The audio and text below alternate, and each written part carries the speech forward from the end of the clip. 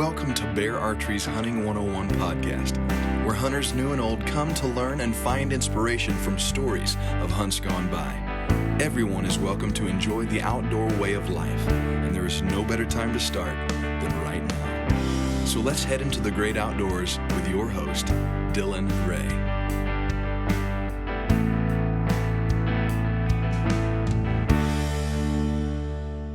Good morning, everyone, and welcome to Bear Archery's Hunting 101 podcast. As always, presented by our good friends over at ScentLock. We're talking spring bear hunting in the mountains. And that's a question I get asked a lot is what gear do you run from ScentLock when you're headed out west? To answer that question, I actually move over to the Blocker Outdoor side of things, which is also owned by Nexus Outdoors.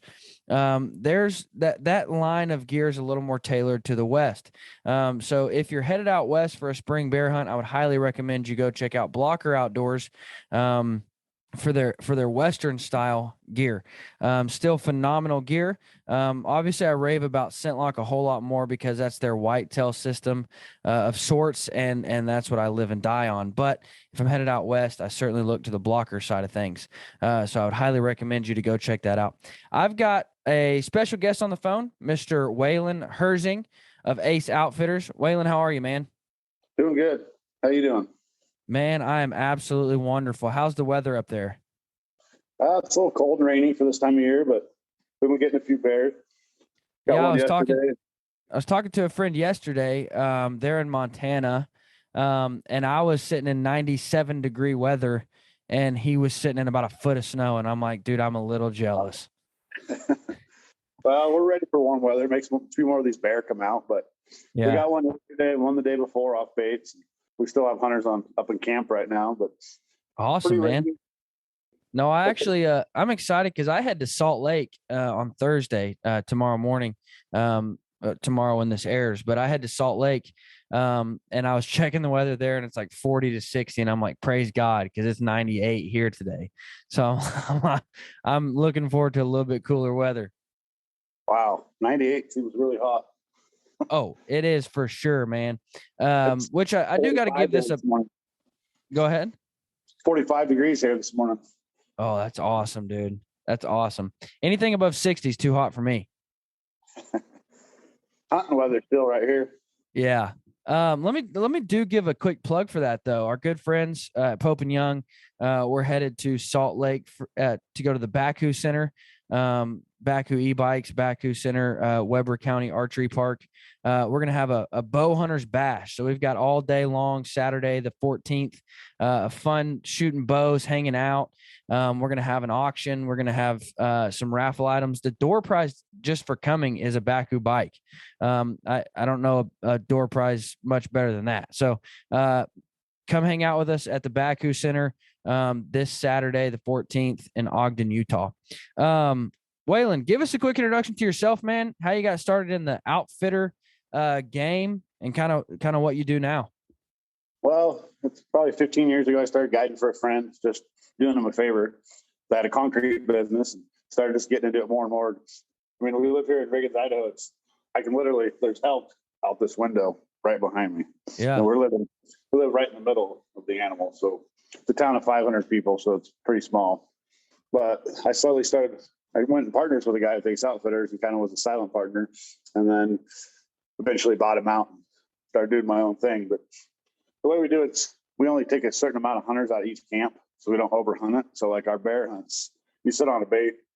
It's not uncommon to see 4, 5, 6 bear on each bait that we have. We'll have 7 or 8 bait sites for that camp. So it's the way we do it. We make it a really fun hunt for everybody. They all get to see bear. They all come back. So it's pretty neat hunt, really. It's where, you go to Canada and guys do 60, 70 bear hunters because they're just a bear hunter outfitter. So we're big game. We do everything: deer, elk, mountain lion. So the bear part's just a small part of what we do, but we do it big when we do it. What elevation are you at there? Well, Riggins is at 1850, and my first camp that we have right now going is at about 2,000 feet, so it's fairly low. So in 2 weeks, I'll have another camp up high. It's about 4,800. but we can't even get up there. I mean, it snowed last night, just barely above me. It snowed right here last night. So Yeah. we got to have a little snow melt before I get to that other camp. Hopefully, I'll usually hunt there at the end of May, from about May 27th to June 7th. I'll do 4 hunters per week. So we do 8 hunters total over there in 2 weeks. But Very that cool. time of year, snow starts melting, they start coming out of their dens and start getting some big ones. Now, where are you located at? We're located in Riggins, Idaho. Where's that at? Like, 2.5 Is that- hours north of Boise. okay. It's right on the Salmon River. Okay. Literally right out my window, 100 feet away is the Salmon River. Awesome. Are you familiar with Atlanta, Idaho at all? Yep, a little bit by Idaho City that way. I'm not sure. A little bitty town of like 10 people in the mountains. Yep. But I was on a hunt there. What was it? Maybe 2019. And I stumbled upon Atlanta, Idaho. And I'm like, this place is awesome, dude. You want to talk about some backwoods? You want to talk about some, well, I don't think anybody there is going to listen, for sure, but some backwoods, hillbilly, redneck, mountain Exactly. people. Yep. Oh, it was awesome, dude. I felt right at home. Perfect fun place. That's my kind of place. Yeah, no kidding, man. I could tell you stories, some probably not, I should say, on air, but just hilarious people, man. I met this old man. I got to tell this story. We were walking out of this. There was one little restaurant in town. They had a little burger bar joint. And so we come off the mountain for a day and we were going to, take a break at base camp and go back up for another 3 days or 4 days. And the guy we were hunting with, I don't know if you're familiar with S&S Archery, but that's the people we were hunting with. They're out of Boise. And his name's Rob, the guy that runs S&S. He's like, well, there's a little mountain town, 20 miles up the road. And if we go up there, we can have a nice hot meal. And I'm like, deal. And so we drive up to this Atlanta, Idaho, and we have a burger and we walk out and there's this old man sitting on the front porch. And we start talking to him and I'm talking like real Waylon Jennings type looking dude. And I said, so what do you do for a living, man? And we'd been talking for 5 or so minutes and he says, whatever the heck I want to do. I don't care. Like, I'll just do whatever. And I'm like, okay, there you go. And so we talked for a few more minutes and I'm like, well, hey, see you, man. We'll probably be back after our hunt, grab another bite before we head out or whatever. And maybe you know what this means, because apparently it's an Idaho thing. But he said, hey, you boys keep the dusty side up. And I'm like, all right, then. Cool. Yeah. It's like keeping the shiny side up, I guess, your pickup. I don't know. That makes sense. But keeping the dusty side up, I don't know. But I think that's what he meant. But it was 2:00 and he was a few beers in. So who knows what he actually meant. He probably drank his breakfast. Yeah, no kidding. But that has become a saying between mine and my friends, keep the dusty side up. And I've always wanted to put that on a t-shirt or something, but I just never have. But yeah, that dude, he was something special for sure. That's cool how stuff sticks with you like that. Yeah, no kidding, man. All right. So walk me through. Baiting is fully 100% illegal in Idaho, which I am perfectly fine with. However, the bear hunt that I was on in Idaho, we were backcountry spot and stalking, do it yourself, and we were incredibly not successful. And then we get done hunting and we head back to S&S, and one of the guys was like, well, you do know the success rate's like 2% for that, right? And we're like, oh, great. Glad we did it then. So walk me through kind of some of the tactics you use in these springtime bear hunts. Well, I mean, the main thing is you got to start baiting and get them on a schedule before the hunters get here. So I do a minimum of 2 weeks of baiting, like 14 days before my first hunters will show up. That way you kind of have them on a schedule. And I don't feed them a lot. I feed them enough where they're kind of racing each other there. You put a barrel out and fill it up. Seems like the bear come in at night. The big ones, they don't want to be seen in the daytime, so they'll come out at night. So the way I do it is kind of, I make them come in the daytime. Pretty much we train them what time to come. We got a little trick we do to make them come in the day. It's really been working good. All the clients I've had have been on a lot of bear hunts, and they're always impressed because how many bear we have on each bait. It's just how you manage your population. I mean, if you took twice as many hunters, it wouldn't be near as good the next year. So it's kind of, you got to manage the bear population for your deer and elk, and you got to manage it for hunters for clients. So Yeah. it equals out both ways. Yeah, it's been long since that first bear hunt in Idaho. I fell in love with Idaho. It's incredible. Beautiful place. It's phenomenal, dude. I still, I've got pictures of that place, and people are just like, dude, that's not real. Like, that's not and I'm like, 100%. Like, I stood there. It's gorgeous, man, beautiful. And I fell in love with Idaho, and it's been my dream to come back and be successful with a bear hunt in Idaho. Well, I know a guy can make that happen for you. I bet you know a couple. Yeah, No, I saw this. Maybe you can speak to this. I don't know. Bam Marshall from Wishes for Warriors. He put out a video not so long ago about kind of a spring bear tactic, and it was like this sugary dust. And he said, I'll sprinkle it around my bait site because what'll happen is when a bear steps in that, it crystallizes on their feet because it's a sugary substance. It crystallizes on their feet, and then they're tramping it through the woods, leaving trails right back to my bait site. Yep, exactly. Have you ever tried that? So we use fry grease, which is it's old fry grease from the restaurants. The restaurants clean out their deep fryers. They put it out back. We grab it. So that's all over the bait. I put it everywhere. So it's all over their feet. We use peanut butter too. So I buy a lot of bait from Lucky 7 Bear Baits, and I think they're in Minnesota. They ship it here. So that peanut butter, that grease, gets on their feet, and they start leaving these trails. Well, just like you're saying, any bear that comes across that, hits that trail, comes right back to the bait. So yeah, the more bear you got coming in, that they're just leading them. They're leaving a trail right back to it. That's awesome, it's like leaving man. a trail of crumbs. That's awesome. What kind of bait do you run? The one baited bear hunt I was on, the dudes were melting down white chocolate and mixing corn with it and making almost like a chocolate brittle, but with corn. And the bears loved it. I use a lot of granola. So I'll buy these 2,000-pound boxes of granola, dry granola from it's Lucky 7 Bear Baits. I think they get it from factories and stuff that's been past inspection. And I get trail mix. So I get that, and I mix. You can buy birthday cake icing. Mix it with hot water and dump in the buckets, and then we mix a little fry grease in there too.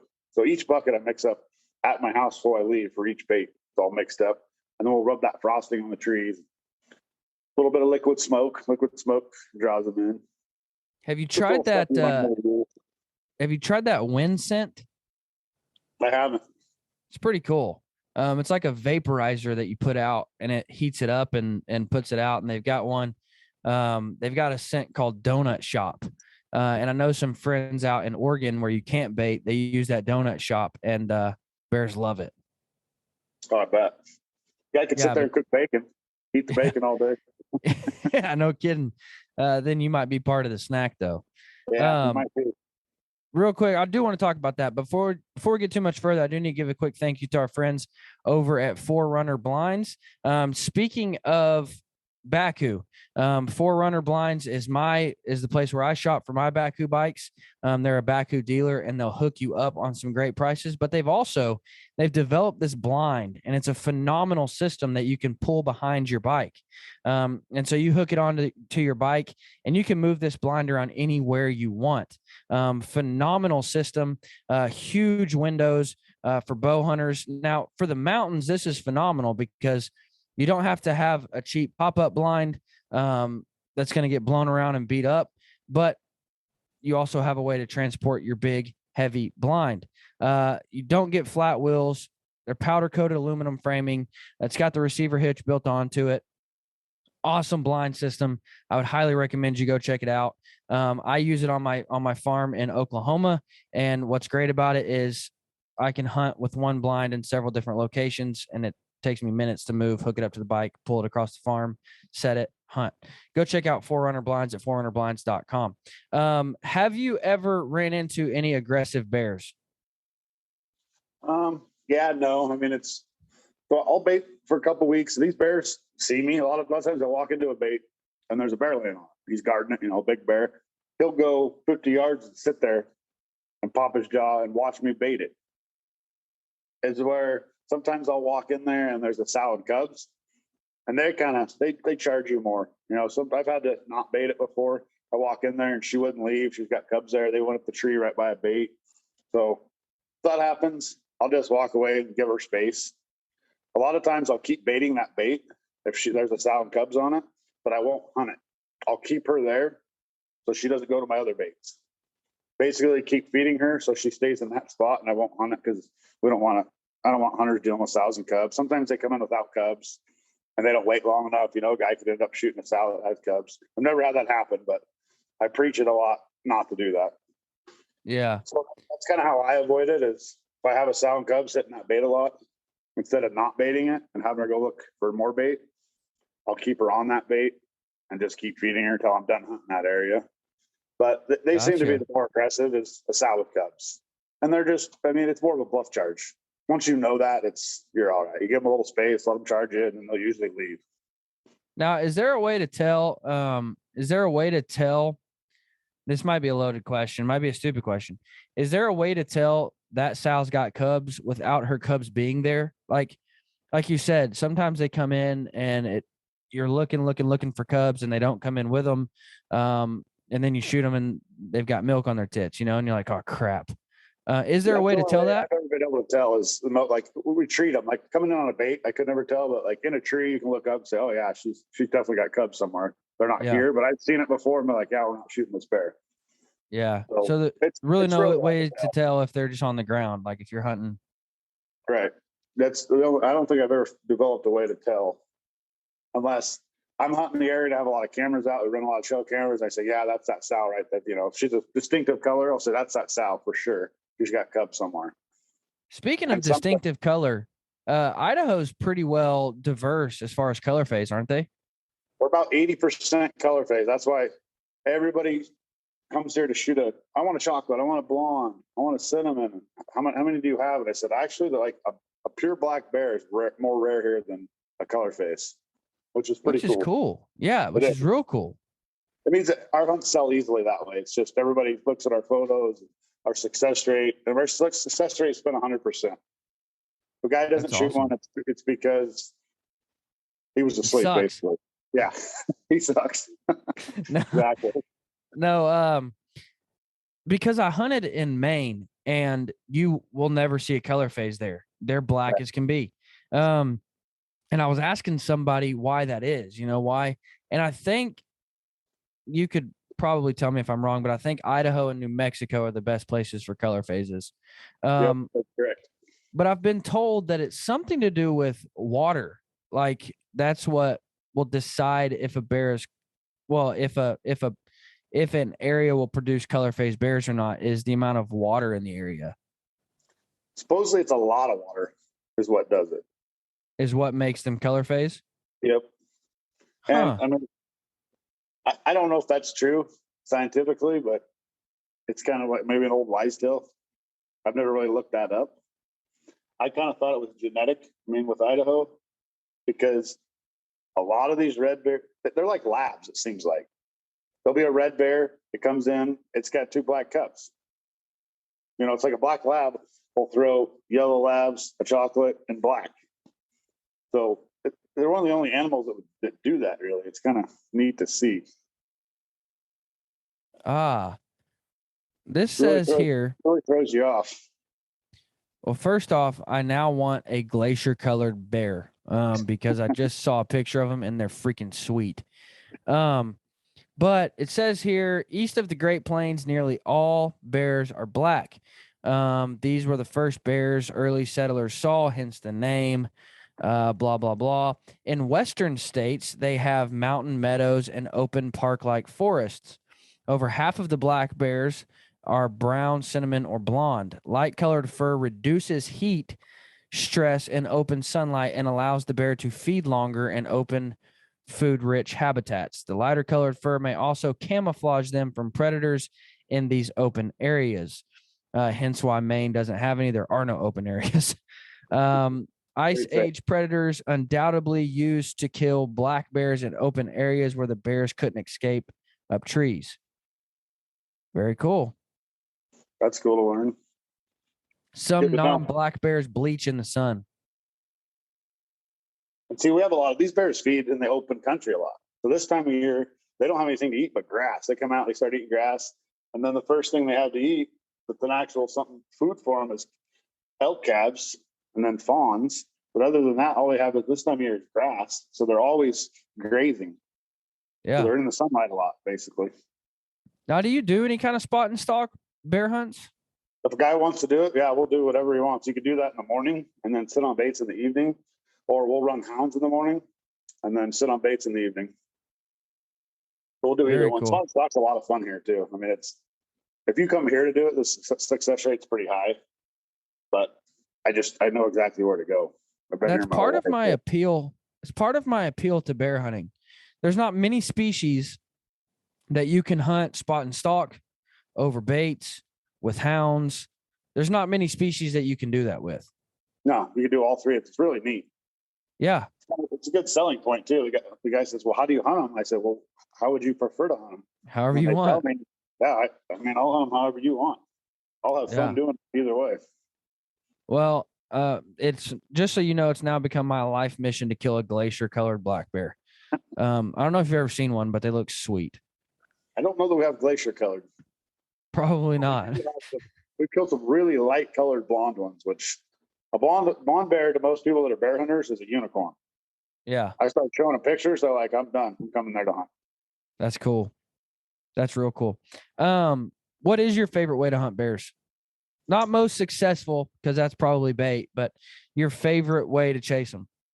I love running hounds, but we chase them all summer and let them go. I mean, we treat 35, 40 bear a year, take pictures and let them go. But just training with hounds, running with hounds is a lot of fun. I mean, the success rate's highest with bait, of course. I mean, running with hounds is hard. Sometimes you don't train. You're running for 4 or 5 hours. They won't treat. They have no intention to train. The big ones will just walk when they get tired. They'll fight the dogs off, but it's a lot of fun. It's a challenge, especially in this country on the Salmon River. It's straight up and down mountains. I mean, running hounds here, you got to be in really good shape. There's nothing flat here. To find a flat camp spot is almost impossible. Yeah, I can look right out your window and tell that pretty easily. Yeah. I mean, I kind of have it aimed towards the window so you can see, but it's just straight up and down, like literally. See, I live in Kansas where there's 17 foot of elevation change across the whole state. Well, I get a lot of hunters from back there. They're like, well, what's the elevation change in a day? And I'm like, well, bear hunting, not a lot. But we're elk hunting, we're going to drop 1,500 feet or climb 1,500 feet, give or take. You know, my elk camp's at 7,600 feet. So there's not a lot of air up there. People have trouble breathing. Now, I had to go to one of the 3D shoots last year, and it was everything for the shoot was above 10,000 feet where we slept. Like the vendor area, the shots started above 10,000 feet. And I got there and I was struggling hardcore. And I haven't struggled like that with elevation for a while, but problem was there was no acclimation period. Like it was get out and we're going, you know? Right. And it was rough. It was on, where was it at? I want to say, I don't know. Anyways, but it was really cool. But I remember trying to sleep at night, couldn't sleep, struggled hard, man.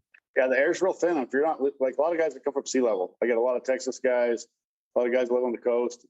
They come and the first 4 or 5 days, they're just struggling. By the time they leave, they're like, I'm finally getting used to this. It's not the muscles. You walk 10 feet and you're out of breath when you're not used to it. I get used to it over the weeks being up there, but it's really hard to walk around with that elevation. The bear hunting up there is easy because you only have to be 200 yards off the road. Our baits are all fairly close to road, some kind of skid road.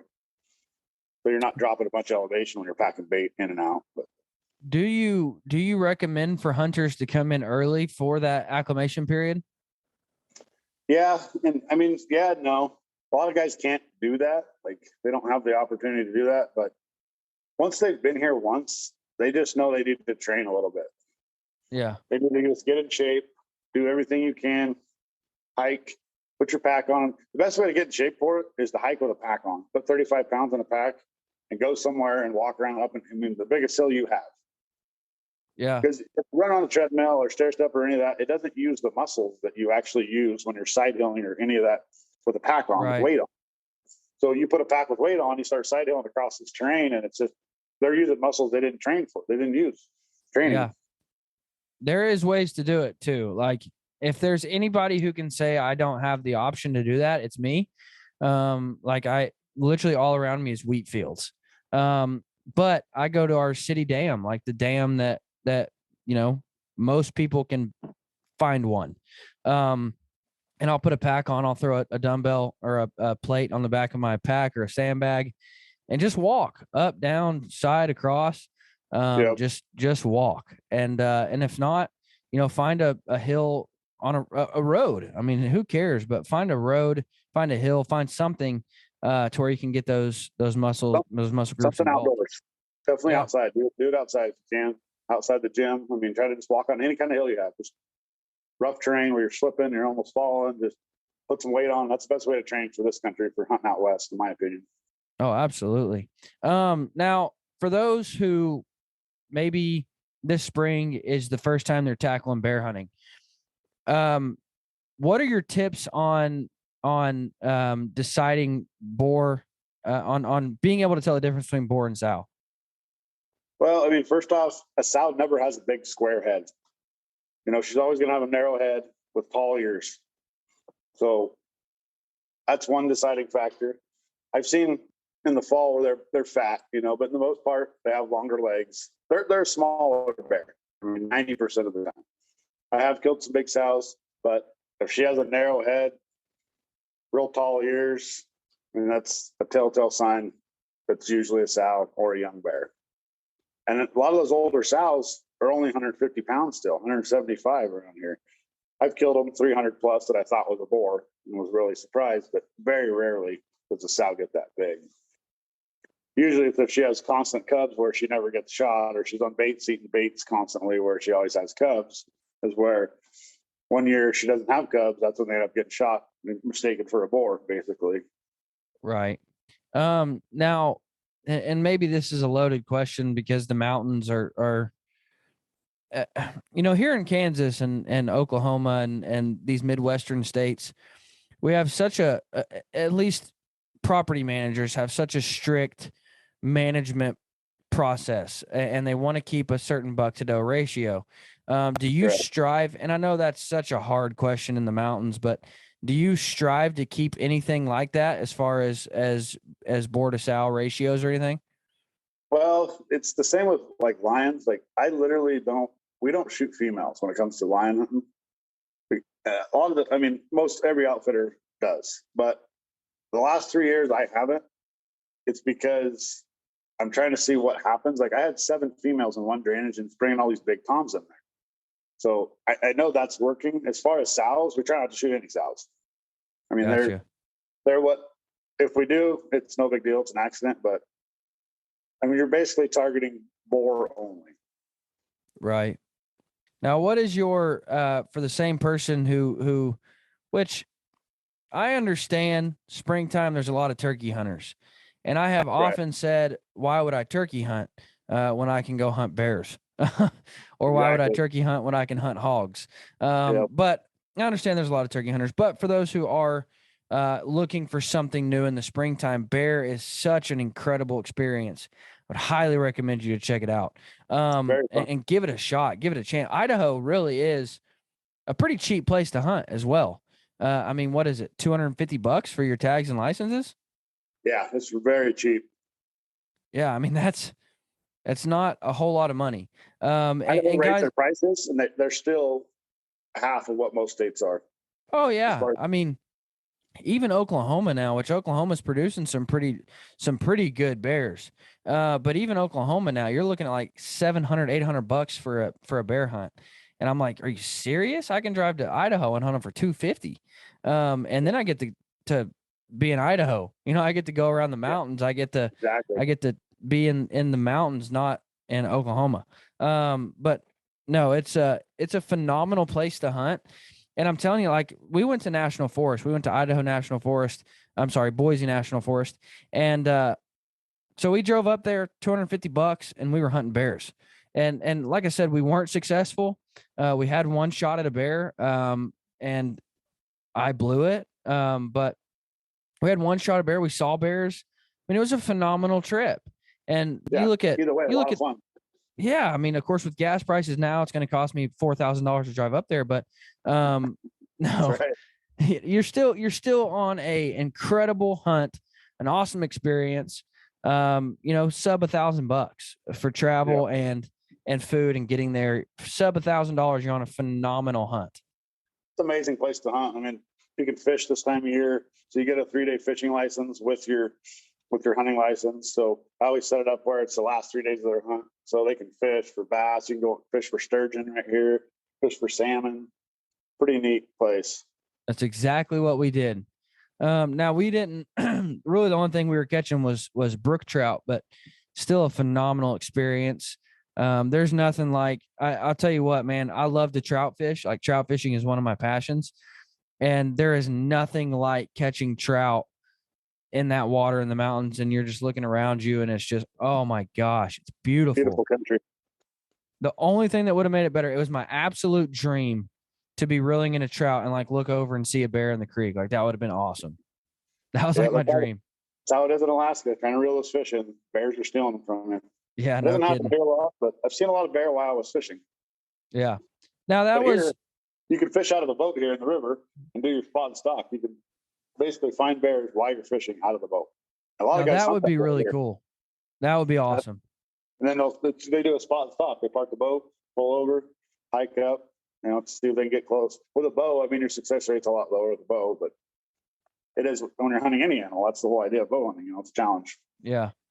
No, I want to, it's my dream now to shoot a bear in Idaho with my recurve. Don't care if it's over bait, don't care if it's spot and stalk, but that's what I want to do now. That'd be a challenge for sure. But now, what is we can make that happen. I can make that happen for you. I'll be there in a minute. Actually, I'll be there. I think it's about 24 hours, but I'll be there. Better late now.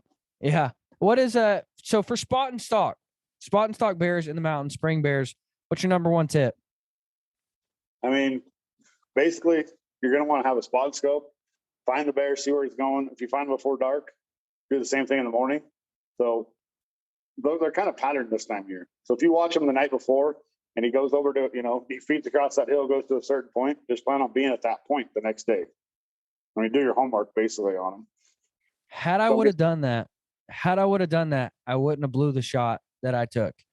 And it was the perfect scenario, dude. Sun was going down. It was one of those deals where we got a few minutes to make this happen. And we spotted the bear like 1,200 yards away, and we run across this mountain. By the time you get over there, you traveled, a mile. But anyways, we run across this mountain. There's like minutes left of shooting light. And we got to 200 yards. I had my bow.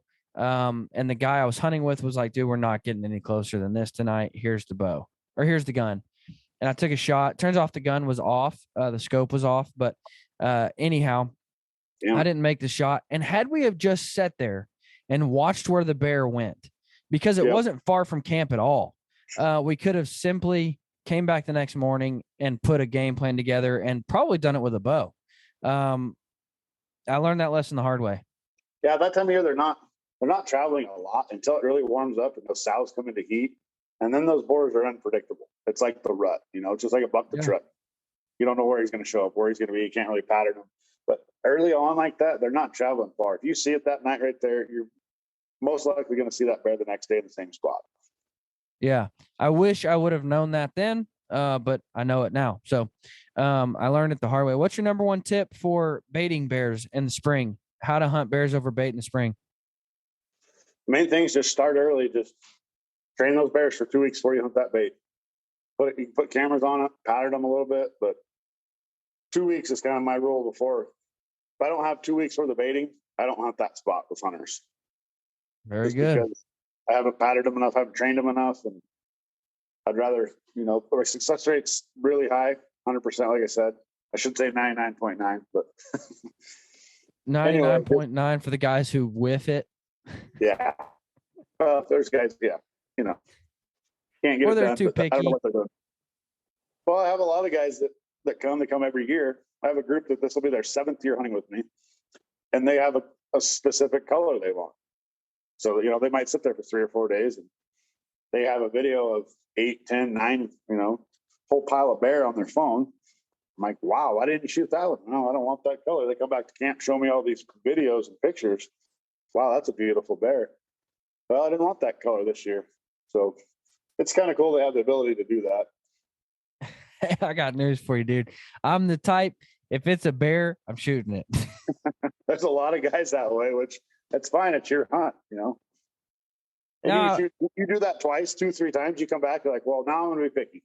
Exactly. Exactly. Yeah. I would say that. And like you said, black bears are even more rare there than color phase. However, I've shot black. And so if I saw a black, I probably wouldn't shoot it. Just because I want a different color.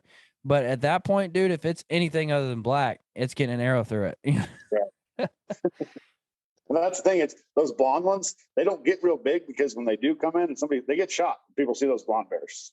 Especially those really light colored blonde ones. It's hard to get a real big blonde one because they get shot, which they're just beautiful. It's a really rare color. We have quite a few. The one spot that I hunt, there's always 2 or 3 or 4 of them each season there. Another spot I hunt, I never see them. Yeah. So that tells me it's got to be genetic too. Yeah, absolutely. It does. I mean, that's why there's whole areas that they never see a color phase. I mean, it's got to be. Now, I've heard a lot of dispute about this, and one outfitter, I argued with him till I was blue in the face about shot placement on a bear. Where do you tell your clients to shoot? Well, I mean, a bear, you want quartering away and slip that arrow in there. As far as I tell them to shoot behind the shoulder. I mean, basically a lung shot, or if they're shooting a rifle, right through the shoulder. Yeah. Well, I had one guy, and you've heard the term shoot the middle of the middle. And I was going into this with that in mind. And of course I was bow hunting, and this outfitter fought me till I was blue in the face and said, dude, you can't, you'll blah, blah, this and that. You have to wait until the shoulder's forward. You have to slip in there as tight as you can. You have to do this. I said, okay, whatever you think. And of course, anyways, but so I go into this, I shoot this bear, middle of the middle. And I punch his heart out. And I was a little far forward as far as being in the middle of the bear, and I punch his heart out. And I get back, and he said, well, by golly, dude, you shot that thing just about perfect. And I said, yeah. And I did not, have to wait for his shoulder to come forward. And I did not have to, play the shoulder game and tuck it as tight in there as I could. Anyway, so that's why I was curious. I've heard a lot of arguing over that. Well, I think everybody's worried about the shoulder, the bend, and they're hitting that shoulder if the leg's not forward. But it's just like any other animal, I think. Quartering away, supposedly you can slip that arrow in there better. Oh, 100%. Angle. But I don't tell them to shoot any different than anything else, honestly. I mean, I don't want to get in their head. So he got in your head by doing that to you. He got in your head a little bit and messed with your head as far as your shot placement. I don't want to do that to a bow hunter. I don't want to get in their head and mess with their shot placement. 100%. Have you ever had anybody shoot one standing up on their hind legs in the chest? I've actually shot one that way. The chest shot, it was running with hounds, and it stood up and it was spinning around to look at the hounds that were coming. I'd been running it all day, and I was tired of running it. And I didn't plan on shooting the bear, but I shot the bear to end the race, basically. I shot at the chest, and the whole idea of shooting at the chest is the bullet seems to deflect left or right. It doesn't ever like to go straight in. So we shoot a lot of them in the chest that are treed, and it's a horrible shot, I think. It's really? One of the worst. Yeah. I don't know why, but so you're shooting straight into bone. As soon as you hit bone, it seems to deflect left or right. It's happened to me. I can't count the amount of times. So it's probably my least favorite shot on a bear. I have it's from Delta McKenzie. It's a standing black bear target in my backyard. And, I love shooting that target, and my son has pumped that thing full of BBs with his BB gun. But anyway, love shooting it too. Yeah. Ever since I saw that video of, and you've probably seen it, it was incredibly famous, but Fred Bear shooting that bear in the chest. in the chest as it stood up, and I'm like, God, I want to do that now. Yeah, it's just I don't recommend it. I've done it and it's worked, but I've seen it go bad quite a few times. I bet. So number one tip overall, like for somebody who's never hunted bears, what's your number, or maybe they've never hunted out west? That could be a big tip too. What's your number one tip for somebody, either heading out west for the first time or chasing bears for the first time? I mean, you're going to want to, the main tactic, you're going to want to glass ridge. You're going to get up on ridges and glass. You're going to do a lot of glassing. You're not going to know where to put baits. So you're going to want to find bear. Say you're going to come back the next year if you want to bait. You're going to want to find some bear first. Cover a bunch of ground. Do a lot of glassing. Early morning, midday, you're not going to see shit normally. Yeah. But I mean, right before dark, if it's really hot, you only got a couple hours before when they come out. So as far as bow hunting them, like I said, try to do your homework, watch them, pattern them a little bit, and then try to put yourself in front of them the next day. Perfect, man. Perfect tip. Yeah, we spent a lot of time behind spotting scopes. I would highly recommend you, if you're heading out west for the first time, I would highly recommend you to invest in a good set of optics. Yes, definitely. Be it binoculars or a spotter. Everybody who listens to this knows I'm a fan of Koa. Thanks to SNS Archery, but everybody knows I'm a fan of Koa. Invest in a good pair of optics. And I would even say just as important as the optics is the tripod that it's on.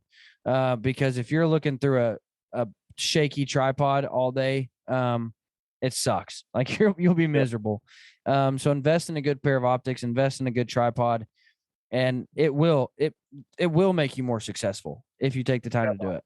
That's how we hunt. I mean, as an outfitter, that's how we hunt. 90% of stuff is optics, just glass, constantly glassing. It's open here, so we know where the animals are supposed to be. We're going to glass those spots. If they're not there, we're going to go to the next spot. We're going to look till we find them, and that's kind of how you have to hunt out west. Is the animals are there, just keep glassing, keep looking until you find them.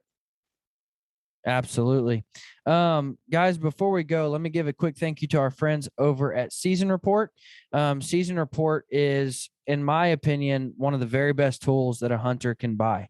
You can get on, you create your account, and you save the areas that you hunt down to the county. And it will give you everything that you need to know about hunting in that county. State rules, laws, regulations, bag limits, and you can even view everything in a calendar view as far as when hunting seasons overlap, which is a big thing for me because being a strictly 99% of what I do being bow hunting, I need to see when those rifle seasons overlap. So I know when I, as a bow hunter, need to be wearing orange. Season Report is a phenomenal tool for planning out your hunts. I would highly recommend everybody to go check them out, especially if you hunt in multiple states a year. But even if you don't, sometimes that's the worst situation is when you've hunted the same county your entire life, and then you never even think to check the rules because they've been the same since you were born. One random year they change it, and then you're stuck in trouble. So I would highly recommend you to invest in seasonreport.com. It's literally $10 a year. And you can use code hunting101 in all caps to make that just $10 a year. I would highly recommend you check it out. Waylon, thank you so much for coming on, man. I appreciate it. I can't wait to hopefully one day get to Idaho and hunt with you, man. Yeah, you will. Guys, I would highly recommend you go check out Idaho. Like if you've never hunted in Idaho, just make it a plan. Like just say, see you, honey, I'm going to Idaho for a week and go hunt Idaho. It's cheap. It's gorgeous. It's a fun place to hunt. Go check it out. Check out Ace Outfitters. Check us out on Instagram, Facebook. What's your website? Where can they find you at? It's www.aceoutfitters.com. But we have an Instagram page. We got a Facebook page. We put a lot of videos on Instagram every day. Yeah, that's kind of where my I stumbled upon your page and I'm like, oh, bears. And then I was like, I got to talk to him about bear hunting. I've just developed this like bear hunting addiction. I don't know why. Like I take a lot of guys every year that just love. I mean, that's the thing they do. I mean, they love deer hunting, elk hunting, that kind of stuff, but bear hunting's their thing. And that's great. I can make that happen. What do you think that I was supposed to wrap this up, but now I don't want to. What do you think the draw? What's the draw? Like, what's the addiction of it? Well, for me personally, like, hunting predators is just, they're harder to hunt And it's a challenge. So hunting predators, they're cool animals and they're hard to hunt. So it makes it a challenge. A lot of people love that. I just like the fact that it could kill me, Yeah. And that's the thing. It's a predator. It's a dangerous animal. Guys sit on those baits and bears are coming in actually behind them. They're coming in all around. They got a bear chase another bear off a bait. It's a different kind of hunt. And they're always a little bit scared of them, of course. So that makes it fun. It's also just incredible to watch the way bears act. Like they act like no other species. I mean, to see a bear stand up and scratch his back on a limb, phenomenal. Like it's just cool. It's cool to watch them, pick up a cub in their mouth and carry it off. Like it's just really cool to watch bears interact. And see, like I told you, the guys that I have that come all the time, that's what they do. They love watching these bears. They'll sit there for 5-6 hours a day and not shoot one and just record all these bears. A bear coming in, he lifts his head up, looks around, he runs off. Well, a bigger one's coming in. Maybe he'll come in and chase that one around a circle. I mean, just the things that you see, he'll chase that one up a tree. And I've had him come up the same tree that the hunters are sitting in. They have videos and pictures. Just the stuff they get to see. It's just amazing just to watch them. You don't get to do that a lot, I'm glad you said that because I've always wondered, you see these videos of dudes and the bear will be above their shoulder, like playing with their tree stand straps or something. What do you recommend in that situation? Another bear chased it. What was that? Sorry. What do you recommend in that situation? I mean, it's not going to try to bite you. Once it realizes you're there, it's going to get out of there. I mean, I've had them come up the tree. They realize you're there. They want to go down, but a bigger bear chased them up there. So they're not sure what to do. But you just say, hey, get out of here. They'll usually leave. They're more scared of you than you are of them. I tell people like this. Somebody's like, well, I don't want to scare it. Like I'll startle it and then it'll come at me. And I'm like, no, you're thinking grizzlies. Like, that's a grizzly. Grizzly wants to kill you just to show its dominancy. Like grizzly wants to come at you just to show you it's the biggest, baddest thing in the woods. A black bear is only going to come at you if it's starving to death and needs food. Yeah. It's more like a park bear that's been fed by humans, like that way. They're associating humans with food. Those are the dangerous bears, those park bears. But I mean, for the most part, these bears don't want anything to do with you. Yeah. I made the mistake of taking my wife to Maine with me. I shouldn't say mistake. Love you, babe. But I took my wife to Maine. I was like, babe, I'm going on a bear hunt in Maine. And she's like, are you serious? You're always gone. You're always hunting. And I'm like, well, listen, sweetheart. I want you to come. And she's like, I'm not going on a hunt with you. And I'm like, well, come on. I'm like, listen, we get to drive through Boston. I'll take you to Salem witch trials. We get to drive Niagara Falls. We'll go to, New York City. Like we'll do all this cool stuff. Yeah. Do all this cool stuff on the way up. And she's like, okay. And so we get there night one, like we hear a twig like crack. And I'm like, she freaks out. And I'm like, sweetheart, listen, if you hear it, it's probably not a bear. Like if you hear it, making a lot of noise, it's probably a squirrel or a chipmunk or something because they're dead quiet. Exactly. They have a giant padded foot. They don't make much noise. You stare at a bait for 2 hours, nothing happens. Guys will sit there and stare at their phone, play games on their phone. You just look up and they just appear out of nowhere. They don't make much noise. I'll tell you what blew my mind. So last night, it took me 5 days to kill one. And it was the last night, and it was coming down to the wire. And things had heated up for the last night. I saw a lot of bears, but right at dark. And I was literally looking down every 10 seconds, just checking my phone to make sure it's still legal shooting light, looking down, checking it. And there was no bears anywhere to be seen. I looked down and check it, and just long enough to look back up, and there was a bear on the bait. And I'm like, what the heck? And I was under a minute of shooting light left legally, and I shot the bear. It was phenomenal. That's cool. Well, they come in so slow because they're cautious. They're trying to see what's on the bait. If there's a sow cubs or a big boar that chased them off, or they just come in so silent and cautious that they just appear, and you get trained in at staring at something else. You get so used to staring at the bait that it's always a surprise when they show up, which is good. Yeah. What's the biggest bear you've seen killed out there? We've killed some that were 400 pounds, but I mean, that's rare for Idaho. An average bear here is 175, 200, 250 is a really good bear out here. What's the best state to kill big bears? Like not necessarily the most bears, but the biggest bears. That's all back east stuff. I mean, Pennsylvania, I think that's the biggest bears, in my opinion. But It just depends on the style of hunting you want to do.